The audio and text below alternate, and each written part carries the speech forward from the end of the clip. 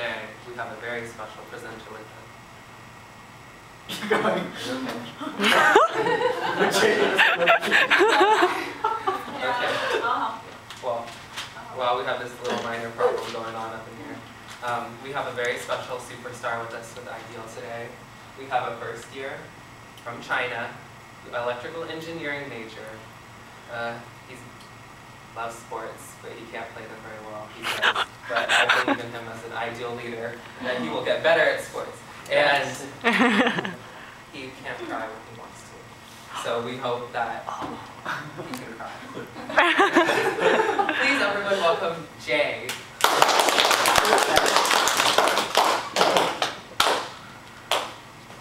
Can you do something stand-up comedy for like 2 minutes?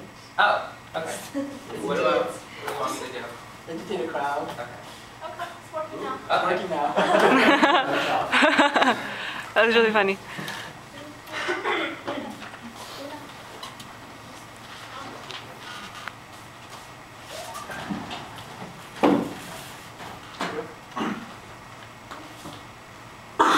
Hi everyone, I'm Jay.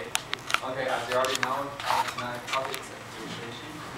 As you can see, the background up there is pretty kind of nice. It's combined with Chinese like art elements, but it's beautiful. But I want to say that the word here, appreciation, is actually one of the most beautiful words in our English language, along with like words like mother, father, love, peace. So I want to say it's beautiful that we are here to learn about this word. Oh. Okay, let's see what's the definition of this beautiful word.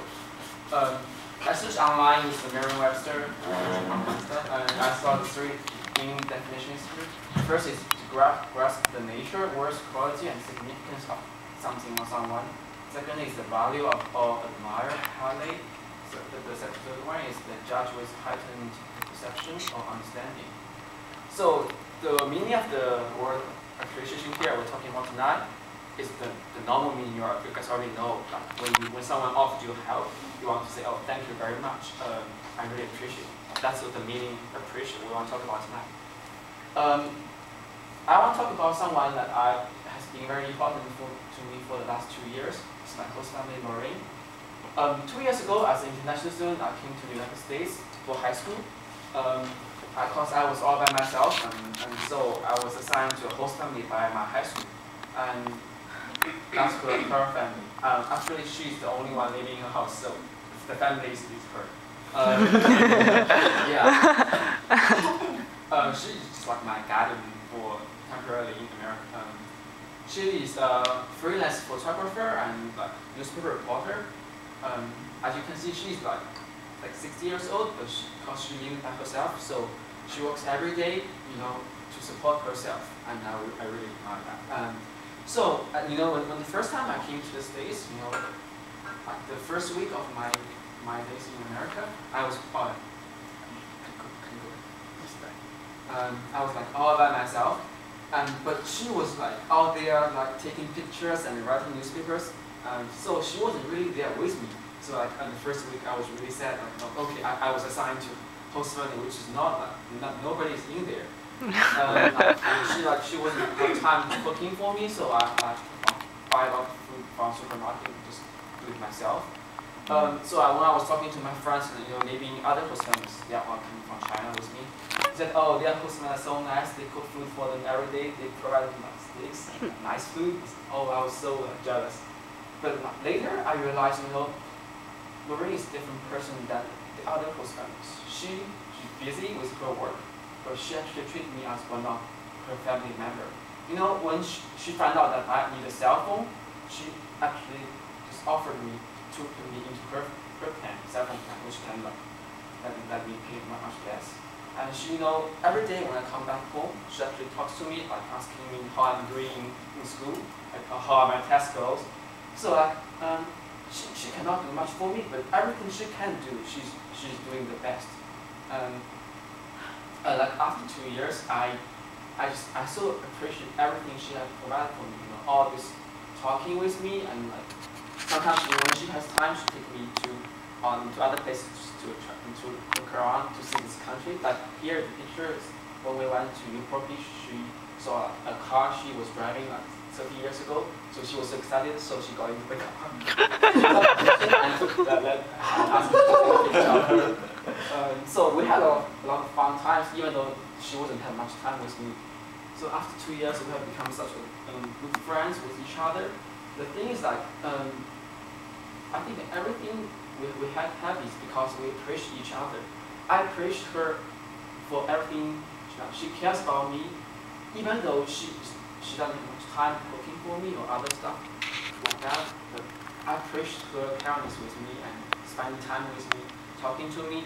Actually, treat me as a family member, and she actually appreciate me as well.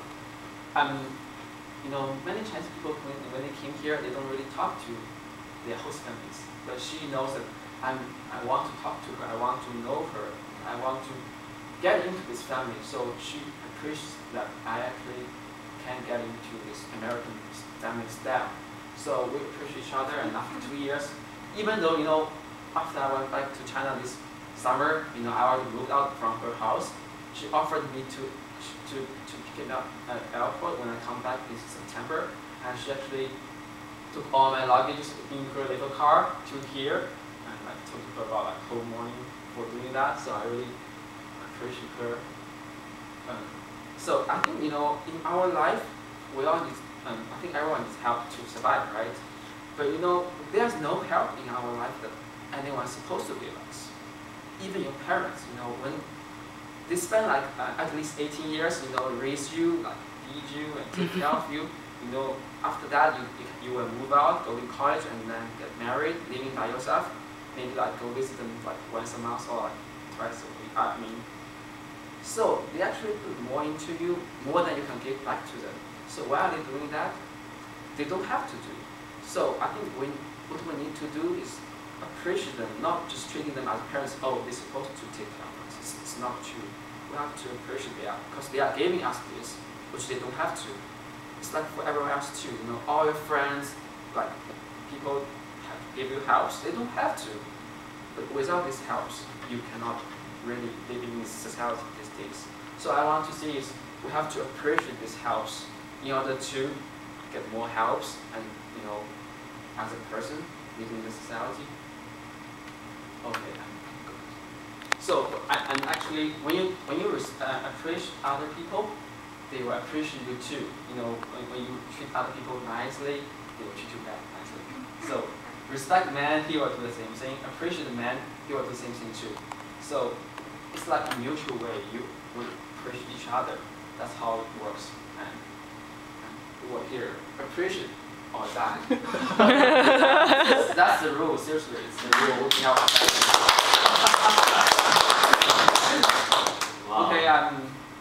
So that's all I'm talking about. So please have fun, and I'm kind of serious about this topic, but have fun.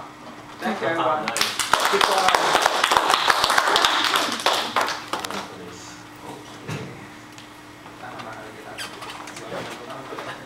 So Jason, you wrote that? Appreciate or die?